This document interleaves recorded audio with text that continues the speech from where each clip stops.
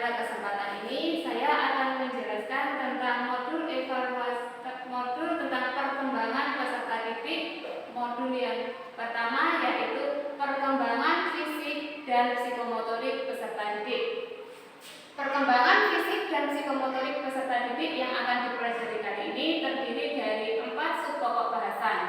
Bahasan yang pertama yaitu tentang pengertian perkembangan fisik dan psikomotorik peserta didik. Yang kedua adalah karakteristik perkembangan fisik dan psikomotorik peserta didik. Yang ketiga, faktor perkembangan fisik dan psikomotorik peserta didik.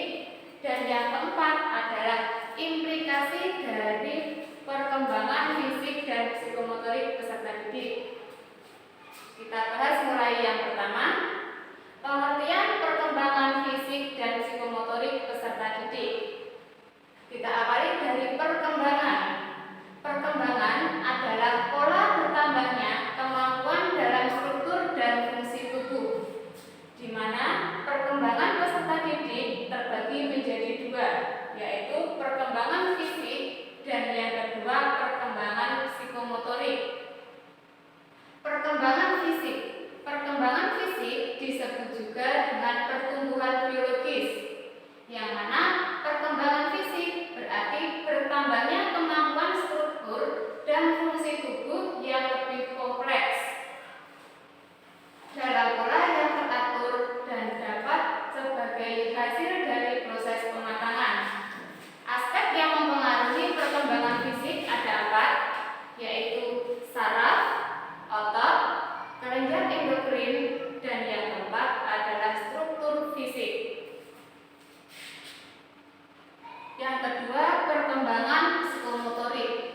Perkembangan psikomotorik adalah perkembangan untuk mengontrol gerakan tubuh melalui gerakan yang terkoordinasi antara saraf pusat dan otot. Pencapaian mengarah pada pembentukan keterampilan. Keterampilan motorik ada 2, yaitu motorik halus. Motorik halus itu dihasilkan oleh gerakan tangan ke atas, contohnya gerakan melempar, gerakan menulis, dan gerakan menggambar. Motorik kasar. Motorik kasar merupakan keterampilan yang dihasilkan oleh anggota tangan ke bawah, contohnya gerakan berlari, gerakan berjalan, dan gerakan melompat. Karakteristik perkembangan fisik dan psikomotorik peserta didik. Karakteristik fisik dan psikomotorik peserta didik terbagi menjadi 2, yaitu karakteristik fisik dan perkembangan dari psikomotorik. Karakteristik perkembangan fisik dan psikomotorik peserta didik berdasarkan fisik terbagi menjadi 6, yaitu usia 0 sampai 5 tahun, yang kedua usia 5 sampai 11 tahun, yang ketiga usia 8 sampai 9 tahun, yang keempat usia 10 sampai 11 tahun, yang kelima usia remaja, dan yang keenam usia dewasa. Selain karakteristik fisik, perkembangan peserta didik juga berdasarkan perkembangan psikomotorik, di mana dalam perkembangan psikomotorik juga terbagi menjadi 6 bagian. Yang pertama, usia 3 tahun. Pada tahap usia ini, ciri khas anak belum bisa berhenti. Mereka masih suka bergerak secara aktif. Yang kedua, yaitu usia 4 tahun. Pada usia 4 tahun ini, anak-anak sudah mulai bisa berkoordinasi untuk berhenti. Gerakan selanjutnya yaitu anak bisa naik tangga tetapi masih menggunakan bantuan. Yang ketiga, usia anak 5 tahun. Pada anak 5 tahun, anak-anak sudah bisa mengontrol kegiatan mereka. Mereka bisa berhenti, bisa mulai kegiatan lagi. Selain itu, anak-anak pada usia 5 tahun juga sudah bisa naik dan turun tangga tanpa berpegangan.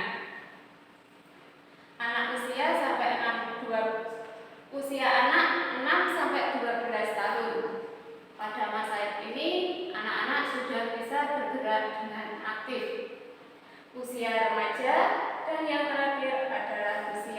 dewasa. Selanjutnya, dari perkembangan fisik dan psikomotorik peserta didik itu juga dipengaruhi oleh faktor perkembangannya. Faktor perkembangan fisik dan psikomotorik peserta didik itu juga dilihat dari dua faktor, yaitu faktor fisik dan yang kedua adalah faktor psikomotorik. Faktor fisik. Faktor perkembangan fisik yang pertama bisa dipengaruhi oleh keluarga. Keluarga di sini yang mempengaruhi bisa keluarga di rumah dan lingkungan sekitar. Yang kedua adalah faktor gizi. Pada umumnya, anak-anak yang memperoleh asupan gizi cukup, tumbuh kembang tubuhnya akan lebih cepat atau lebih besar daripada anak-anak yang kurang asupan gizi. Yang ketiga adalah gangguan emosi. Yang keempat, kesehatan, di mana pada fungsi kesehatan ini anak yang mudah sakit itu pertumbuhannya akan lebih terhambat daripada anak yang sehat.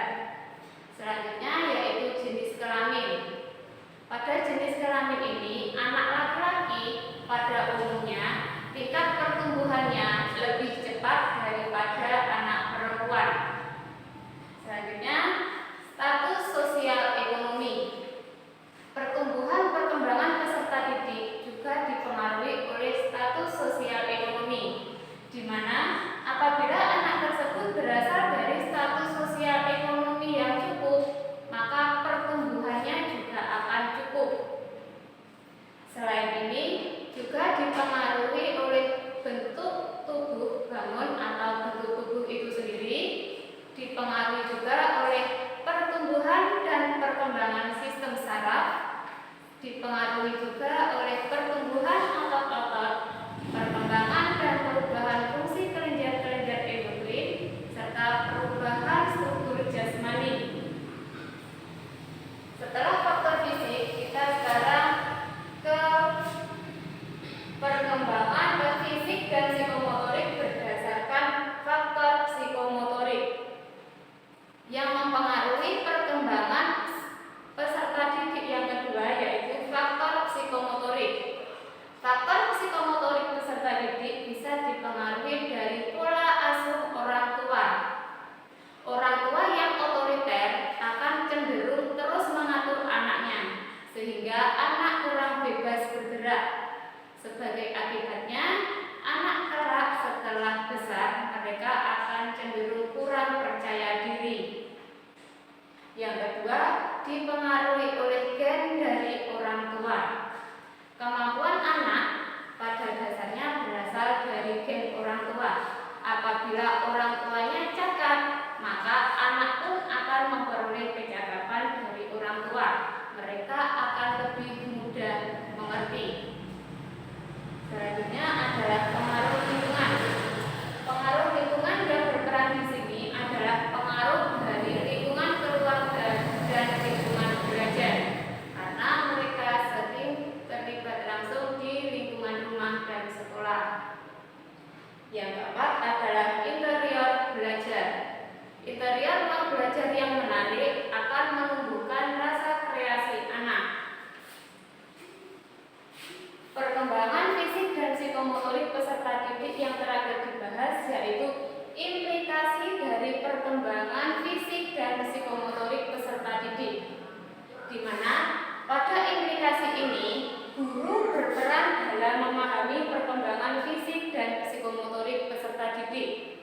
Guru membantu siswa untuk mengetahui perubahan-perubahan fisik yang dialaminya, sehingga ketika mereka mengalami perubahan tersebut, mereka tidak akan merasa malu terhadap perubahan yang dialaminya.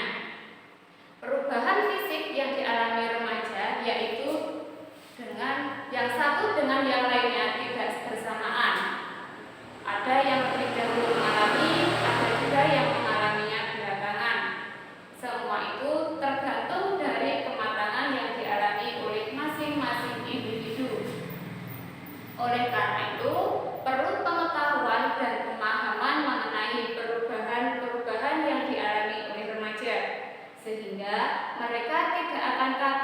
dengan perubahan yang dialaminya. Perubahan fisik dialami karena mereka memang